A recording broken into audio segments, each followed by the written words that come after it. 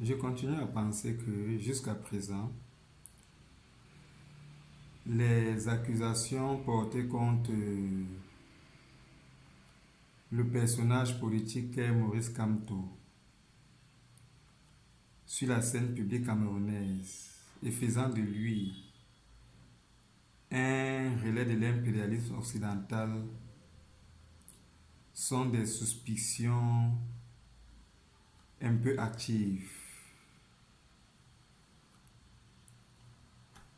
Et je continue à penser qu'il n'y a pas encore d'argument soutenu de cette thèse-là. Peut-être faudrait-il encore énumérer ces arguments-là et les analyser. Maurice Kamto serait un agent de l'impérialisme parce qu'il se plairait à organiser des meetings politiques en France, chez l'ancienne puissance coloniale camerounaise. Eh bien, il faut dire que l'UPC aussi en son temps avait une cellule politique active en France.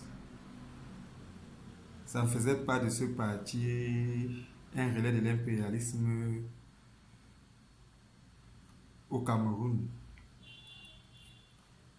C'était juste le fait que, du fait du critère linguistique, il y avait une grande diaspora insurgentine camerounaise en France qui était une cible politique.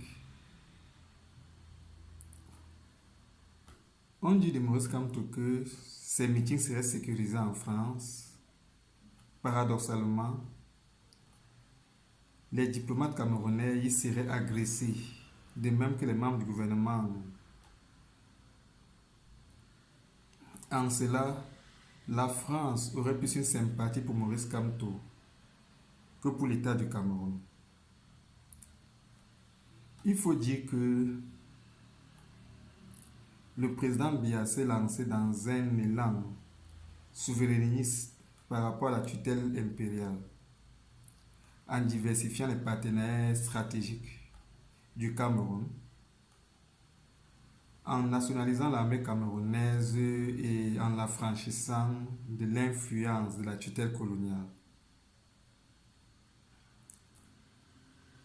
Cependant, paradoxalement, du fait peut-être de sa barrière morale, qui l'empêche d'être assez sévère, il semble, selon les avis des uns et des autres, tolérer une certaine gangrène administrative au sein de l'appareil étatique. Ce serait une des raisons de l'amoindrissement de la popularité du président Biya sur le plan national. Et donc de ce fait-là, la France pourrait bien, pour régler les comptes au président Biya, laisser qu'on s'en prenne aux membres du gouvernement qui seraient présentés comme étant ces symboles, sans risquer la propagation d'un sentiment anti-français au sein de l'opinion publique camerounaise. Puisque constatant que le président Biya, pour une raison ou une autre, il serait dans une popularité amoindrie. Paradoxalement, le professeur Maurice Kamto, pour une raison qu'on ignore, peut-être due au fait de l'inquiétude qui suscite auprès, venant de cette gangrène administrative au sein de l'État camerounais, jouit d'une certaine popularité. Et la France n'oserait pas s'en prendre à un leader politique africain populaire et surtout camerounais, compte tenu de l'antécédent conflictuel des relations que le Cameroun a eu avec la France au cours de l'histoire, au risque d'une propagation d'un sentiment anti-français au sein de l'opinion publique camerounaise. On dit de Maurice Kamto que la vandalisation de l'ambassade du Cameroun en France porterait sa signature et qu'il aurait dû susciter une communication publique en vue de s'en désolidariser. C'est vrai, mais une autre approche aurait pu bien être aussi d'organiser une rencontre non officielle avec la diaspora, cette diaspora frustrée-là, en vue de les écouter et de les sensibiliser. Toujours est-il que quand le professeur Maurice Kamto organise ses meetings, ce que je constate, ce qu'on célèbre plus le symbole de la nation camerounaise et le drapeau national que les couleurs même de son parti.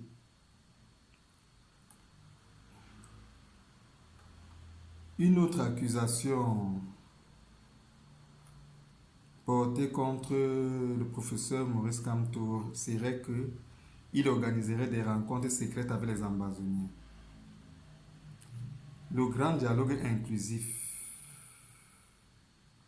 organisé par l'État du Cameroun était un moyen pour le président Biya d'avoir une rencontre avec les séparatistes en vue de les écouter et de les amener à abandonner leur projet de partition du Cameroun.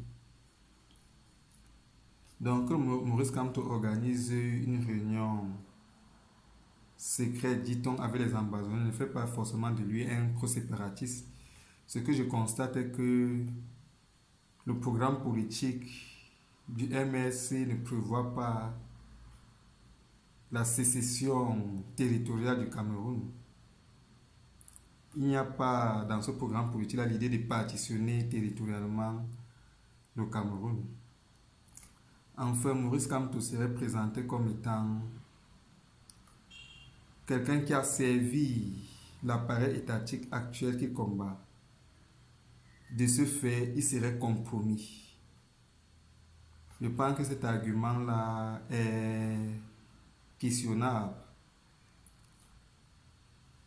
Les leaders nationalistes africains et camerounais, tels que Oumniobé, Félix Roland Mumier, Ernest Wandi, Ossene Afana et bien d'autres, étaient pressentis pour être les relais de l'administration coloniale. Ils étaient présentés comme étant des nègres évolués.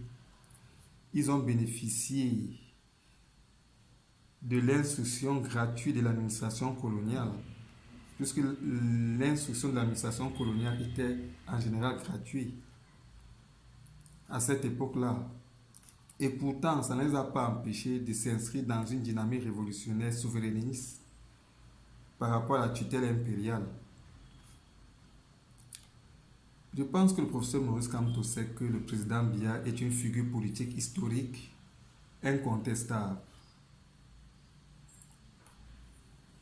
Il a consacré, qu'on l'aime ou qu'on ne l'aime pas, la souveraineté politique du Cameroun, fondée sur la diversification des partenaires stratégiques, diplomatiques et internationaux et sur la nationalisation de l'armée camerounaise.